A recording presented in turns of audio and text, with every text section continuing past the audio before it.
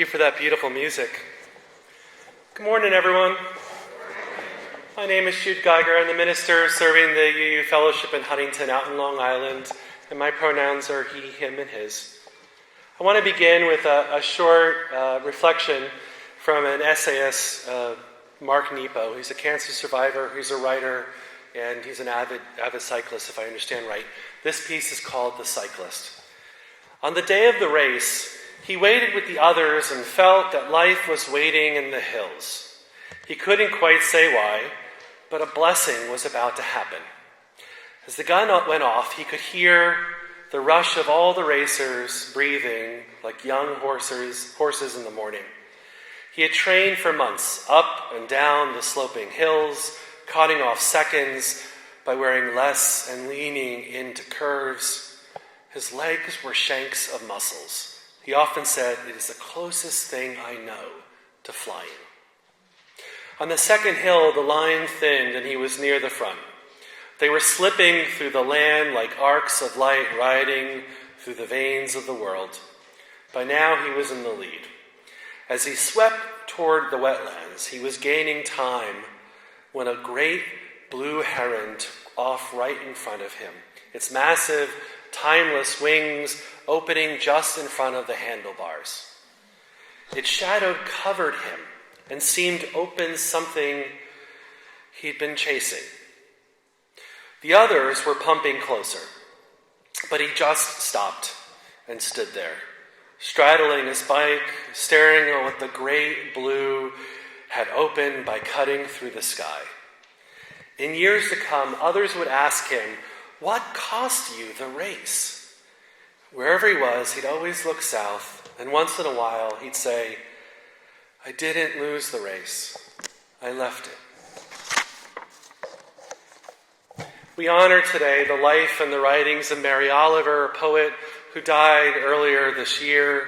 Her body of work is a frequent participant in UU worship the world over.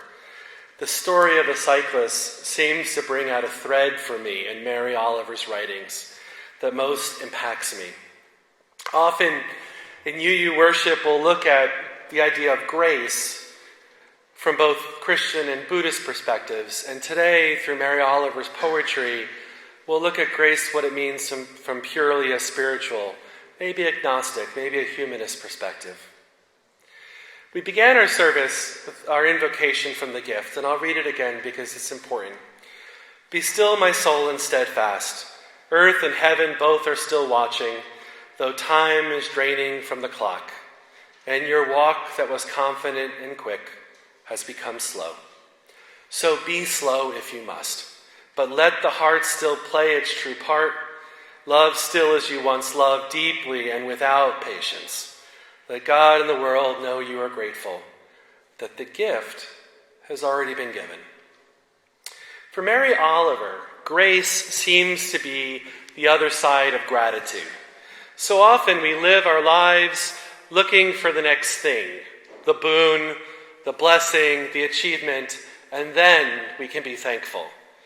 In her words, even as we slow down in our years, life becomes more meaningful, or maybe becomes understood, when we realize that the gift has already been given.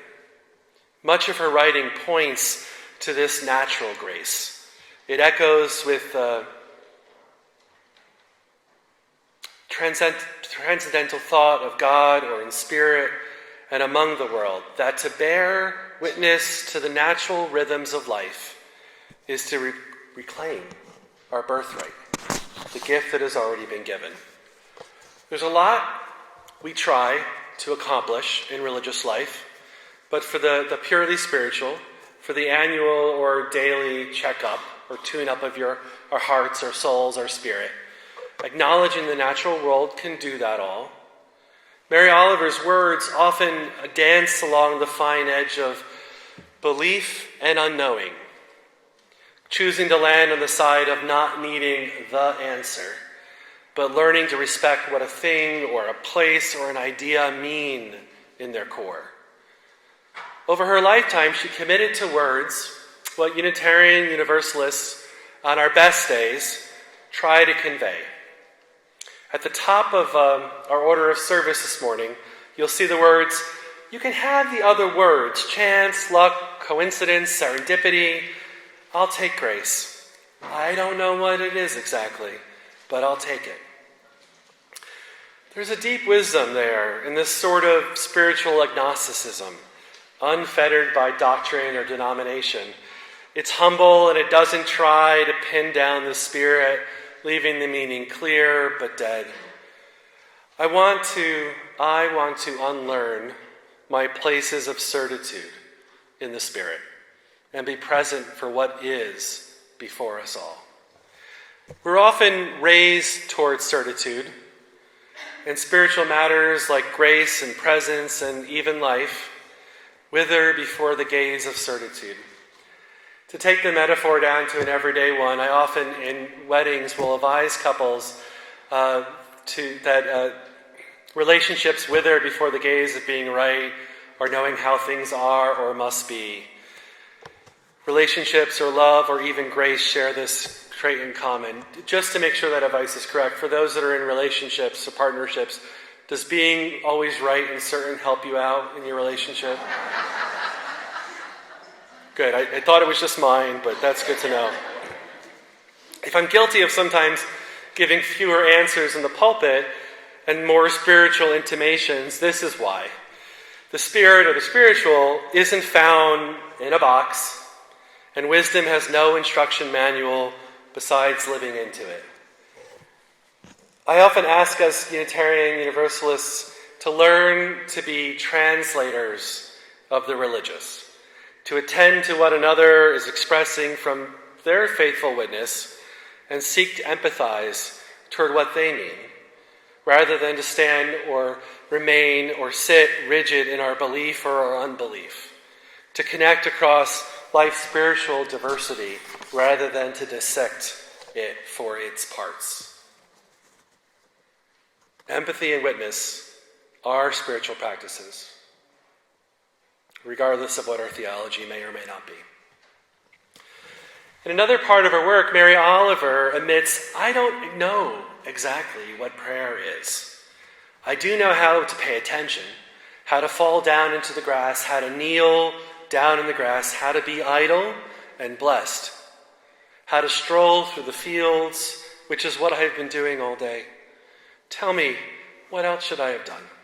Doesn't everything die at last and too soon? Tell me what it is you plan to do with your one wild and precious life.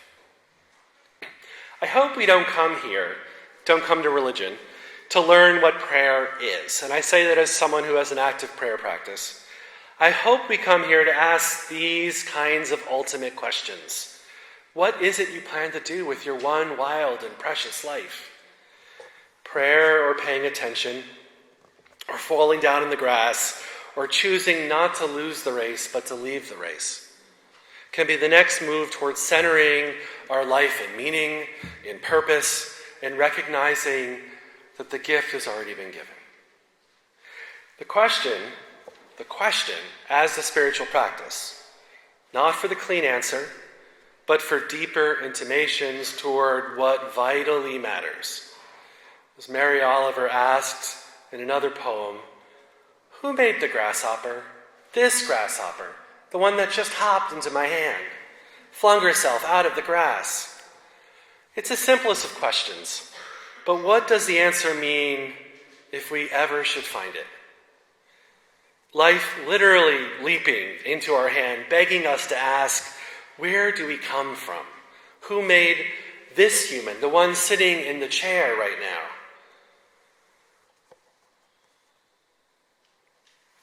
The one who flung herself into the next stage of life, and the next challenge, and the next pain, and the next joy. I am uneasy, or I am satisfied by all that has come, and all that will be. I am moving into this next world of this one wild and precious life, move by move, fear by joy, uncertainty with risk, and cautious abandon. We do so uneasy, caught between two worlds. When we think of our lives this way, always drawing our stories as tales of what was and what will be, seeking answers of the details of life and confusing the details with meaning. When we do that, we may miss that spark of life should it ever leap into our hands. Don't ask who made all this so you can fill out the answer in the notes.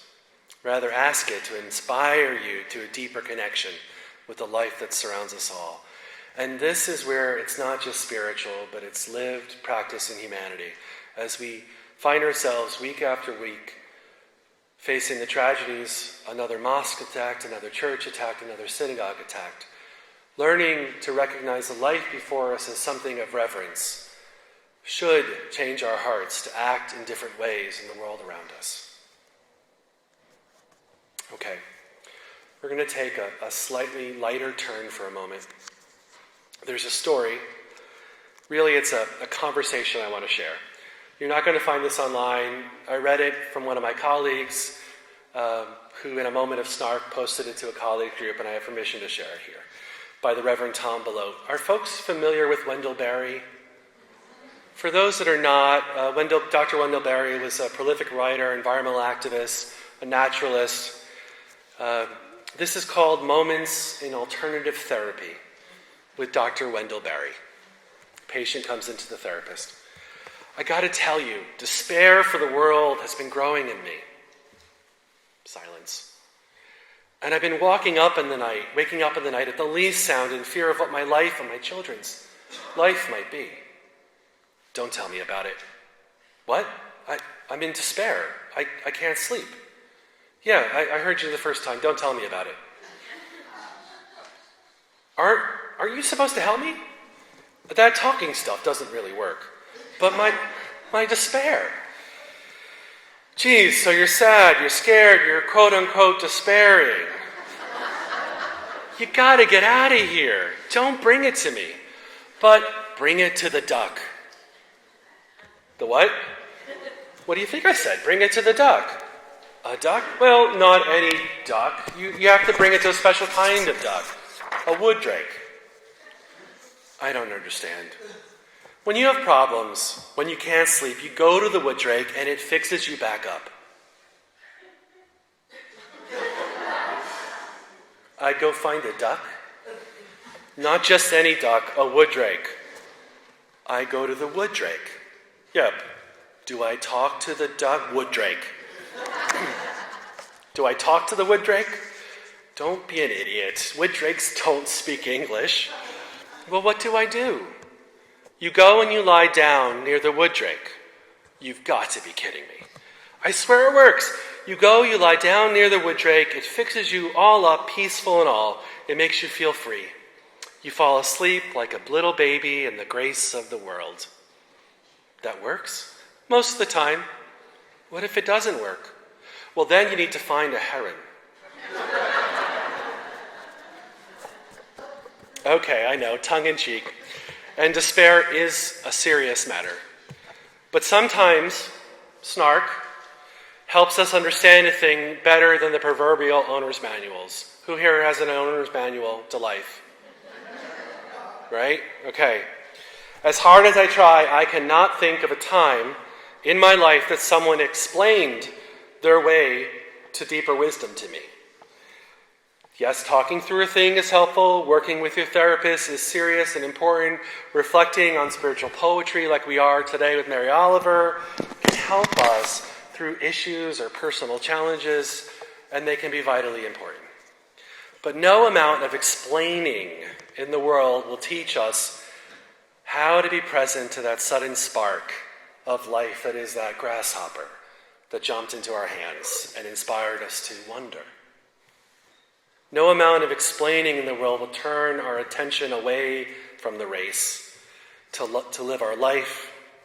Prayer, meditation, attending to the wood drake or the heron or the moment before us, however, are the real path to wisdom. There's a reason why Buddhists say, stop talking and sit. There's a reason why some Christians pray for nothing in particular. There's a reason why Thoreau or Mary Oliver or maybe Wendell Berry go into the woods.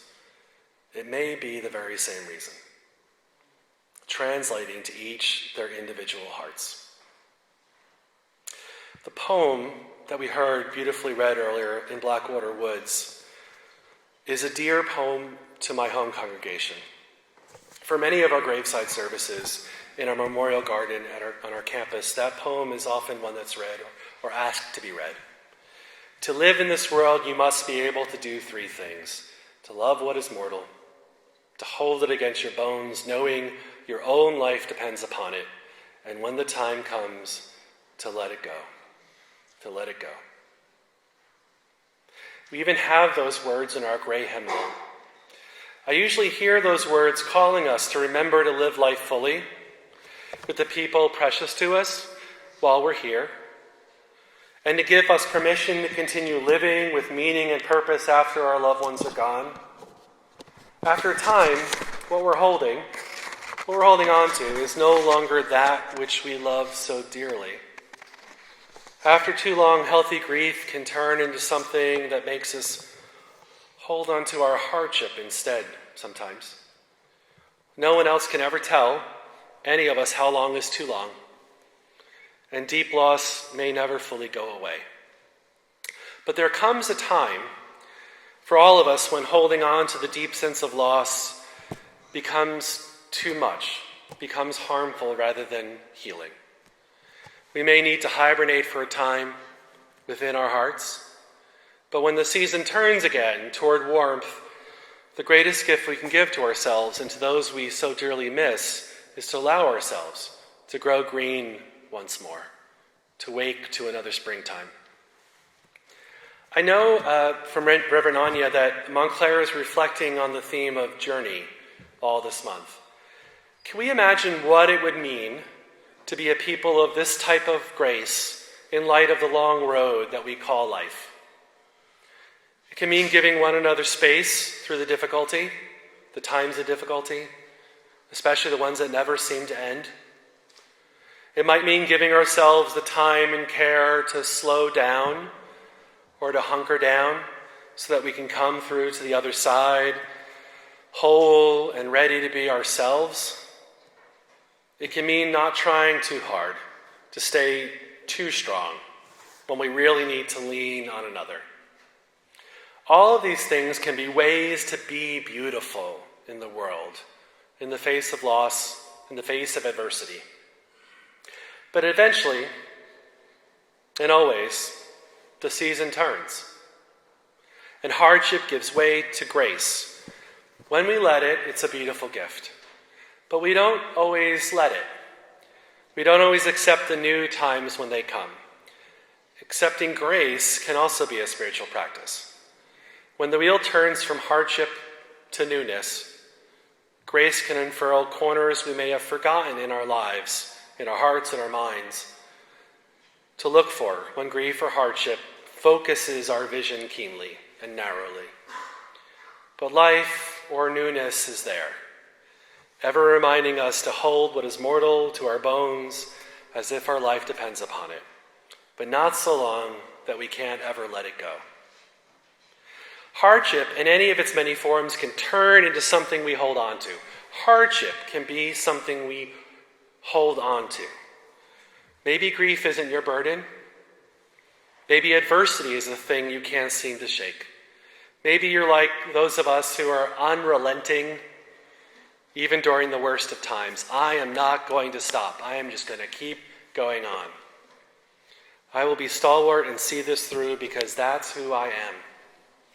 We can sometimes wear hardship as a badge, our endurance as a badge, pushing people away who might hold us up during those times. Or maybe our challenge is sharing with everyone we know just how busy we are. Who is busy here? Come on. And some of us who are addicted to being busy often like to remind everyone around us how busy we are. I know I'm not alone in that challenge. As if busyness itself were another noble medal being handed out on our way to work. I think our corporate or sometimes our consumer world teaches us this unvirtue, that busyness is a good thing to have all the time. Maybe grace is found in being less full all the time. Maybe it's found in not becoming identified in our spirits with that adversity before us, or the busyness we enter and re-enter into again and again. Maybe the struggle is real and must be honored. Maybe it helps us to grow into the people we are. But we can do that without also letting the hardship name us with its own words, as its own. And grace comes. That which we have done nothing to deserve, but feeds and nourishes us all the same, ever comes again and again. Winter turns to spring. We each find new homes in the most sudden of places. The job comes around finally, or the grave weighs just a little bit less heavy on our hearts than the day before. Or we find the strength to quit the thing that we really need to quit. We often think of these things in terms of willpower or endurance, and sometimes they are willpower and endurance. But I think just as often, maybe more often, something just turns in the world or in our hearts, and newness is before us in the places where habit and hardness once resided, and all the world is different. That's what I call grace. May we be people of grace. May we learn to be gentle with one another, never knowing what burdens our neighbor carries silently next to us. May we find ways to see grace when it comes sudden before us and grant us the strength to accept the gifts, especially on those days when we have become so maladjusted to a world of hardship and hardness. May another way be found, and may we have the wisdom to take it when it comes. Amen. Blessed be.